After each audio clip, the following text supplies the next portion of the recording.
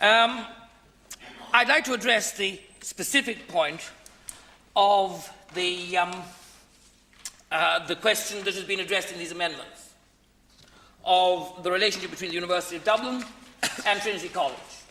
And there is persuasive legal authority, which would make it surprising in the extreme if independently Fianna Fáil members of this House voted with the PDs.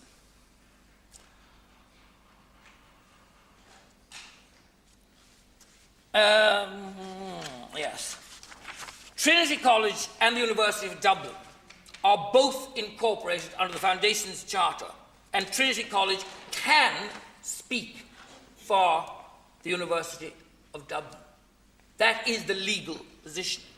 The misunderstanding that arose, and of which such mischief has been made, concerns the Senate of the University of Dublin and the contention that the Senate of the University is the appropriate corporate body to speak on behalf of the University of Dublin. On reconsideration of the College's records, this would appear to be wholly inaccurate, and Senator Dodd has quoted Provost Mitchell making a certain point about this question of separation and so on, and he said, if true. What is truth? He was referring to the Provost statement, because he'd like to bind him into it. Yes, truth continues to be revealed, in case you are not aware of it, and when precedents are found in the legal records, they should be taken note of. We have a greater knowledge now, and persuasive decisions by, for example, the Master of the Rolls in a specific case to which I intend to refer. It was a judgment of the Master of the Rolls delivered in the High Court of Judicature in Ireland on the 2nd of June 1888 and resolves all the contentions in the opinion of senior legal advisers to the College. The case concerned a dispute between Trinity College Dublin and the Senate of the University of Dublin concerning a bequest by the late Richard Reid, a law graduate of Trinity College, who had left a substantial bequest to the Corporation of the University of Dublin, a rather ham-fisted concoction. This bequest eventually funded the Reid Professorship of Law in Trinity, of whom two presidents of Ireland have been the holders, as you know, Mary Robinson and Mary McAleese, our present president. It also funded sizerships for the special benefits of students from County Kerry, the county of birth of the late Mr. Reid, and among the beneficiaries those is Brendan Kennelly, who was one of my own teachers. The judgment was delivered by Sir Andrew Maxwell Porter on the 2nd of June 1888 in legal proceedings between Trinity College Dublin and the Senate of the University of Dublin, that a bequest to the Corporation of the University of Dublin was a bequest to Trinity College Dublin and not to the Senate of the University of Dublin. The Master of the Rolls determined that Trinity College Dublin and the University of Dublin were inseparable and founded under the same charters and letters patent. That could not possibly be clearer. That could not possibly be clearer. This is the leading, established, and persuasive judgment in the matter. And there is nothing to challenge it. So if the PDs are honourably seeking a clarification, they now have it. Trinity College Dublin and the University of Dublin are both incorporated under the Foundation Charter, and Trinity College Dublin can speak for the University of Dublin. Subsequent to the confusion that arose before the Joint Committee, and the committee said they wanted further information, further research. Now they have it. And one element of it is blaming the messenger for producing the persuasive argument which I've placed on the record of the House. Council's researchers have unearthed the only reserved judgment of the Irish Superior Courts dealing with the relationship between Trinity College Dublin and the University of Dublin and the Senate of the University of Dublin. The case concerned, as I've already said, is substantial bequest by Mr. Richard Toohill Reid.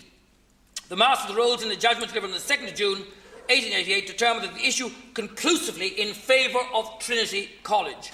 There was no appeal to the Court of Appeal. The full title of the proceedings for the record of the House was The Provost, Fellows and Scholars of Trinity College Dublin versus the Attorney General, the Chancellors, Chancellor, Doctors and Masters of the University of Dublin and the Trustees and executors of the will of the late Richard Toohill Reid. The judgment is never reported in any series of law reports, nor is it referred to in the many histories of the college. And again, I would apologise if this has caused confusion, but it was an unrecorded judgment, a little forgotten nugget. And thank God it has been found. And I congratulate those who found it, because there is no question whatever that it is the determining authority in this case. We've heard truth invoked. We've heard the legal precedent, and now I have placed it on the record. And I'm saying again to my Fianna Fáil colleagues, you have been told this is a free vote. You have been told that no arrangement has been made. You have now been placed in possession of the truth. And I'm asking you, as the representative, as one of the three representatives of the University of Dublin, and with the full sanction and authority of the Provost of Trinity College, Dr. Thomas Mitchell, who is here with us, of the Secretary of the College, Michael Gleeson, who is here with us today. What are we at if we're going to contradict legal authority, legal precedent, and the overwhelming body of the university with the support of our distinguished academic colleagues from University College Dublin? The High Court held that the bequest of the Corporation of the University of Dublin vested in Trinity College Dublin and not in the Senate of the University of Dublin. The plaintiffs were the Provost, Fellows and Scholars of Trinity College Dublin. The first named defendant was joined as the proceedings concerned a charitable trust, and the Attorney General has an ancient jurisdiction concerning charitable trusts, which require his joinder to any such proceedings. The second defendant was the Senate of the University of Dublin, sued under the title contained in the supplemental letters patent of 1857, and the third defendant was the trustees of the estate of Richard Toohill Reid, which had left a substantial bequest to found a professorship of law and also sizerships. The Master of the Rolls, in considering the charters down to the supplemental letters patent of 1857, determined, and I say this again, that there was no difference or distinction between the University of Dublin or Trinity College Dublin. No distinction. The Master of the Rolls cited the Charter in Latin, including a series of sentences that refer to the foundation of the college. I hope it was more successfully translated than some of the things that were in the bill. Well, that's just sniping. I mean, and more power to you. I like it. I enjoy a bit of sniping, and I give you as good as I get. And I'll still do my Joyce show for you down in your local little place. There'll be no hard feelings. I'll throw in a few jibes. Senator Norris, please, in the interest of good order, please address your remarks to the Chair. I beg your pardon. I beg your pardon. But there's a little buzz going on over there, Caleb, which it might be hammering. It's an attempt to hammer Trinity. I can tell you that. For nasty, spiteful reasons. The Charter was granted in 1592, and no other charters or letters patent were granted during Elizabeth's reign. In 1613, further letters patent were granted by King James I. Now, I apologise to the House if this is a little bit tedious, but it may be referred to later on, and I think it's important that we have all the material down. An interval of 21 years had therefore elapsed between them and the Charter of Elizabeth.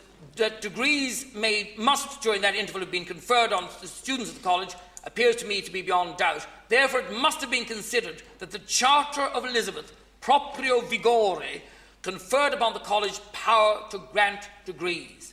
The Chancellor, Vice-Chancellor and Proctors were not incorporated. The Provost, Fellows and Scholars were, and it follows that they must have conferred the degrees in the interval between the Charters of Elizabeth and that of James I, although no doubt in this college acting through the Vice-Chancellor. Thereafter, the Master Rolls quoted the Charter of James I and stated that the quotations to which he referred, and I emphasise this point, show that the framework of the Charter considered Trinity College and the University of Dublin as so inseparably connected that their titles are used throughout as synonymous terms. So inseparably connected that their titles are used throughout as synonymous terms. And if you comb through the evidence of the committee, you'll find that Mr. Desmond O'Malley engages in the same practice.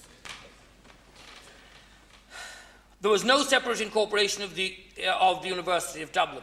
If there had been, it must have been by royal charter, by virtue of prerogatives of the Crown, and nothing has been found. It never happened. The college was supreme, and the university was a branch or department of it. The Master of Rolls went on to hold that the bequest was to Trinity College and not to the Senate of the University of Dublin. This is not an accidental circumstance. The advisers of Queen Victoria knew how to incorporate a university when they meant to do so. I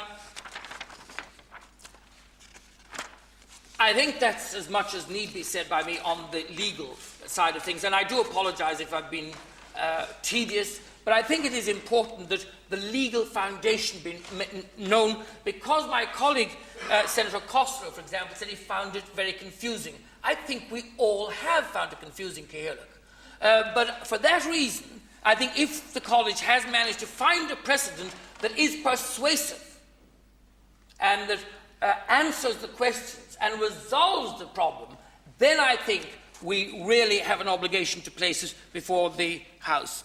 May I finally make one point in conclusion, and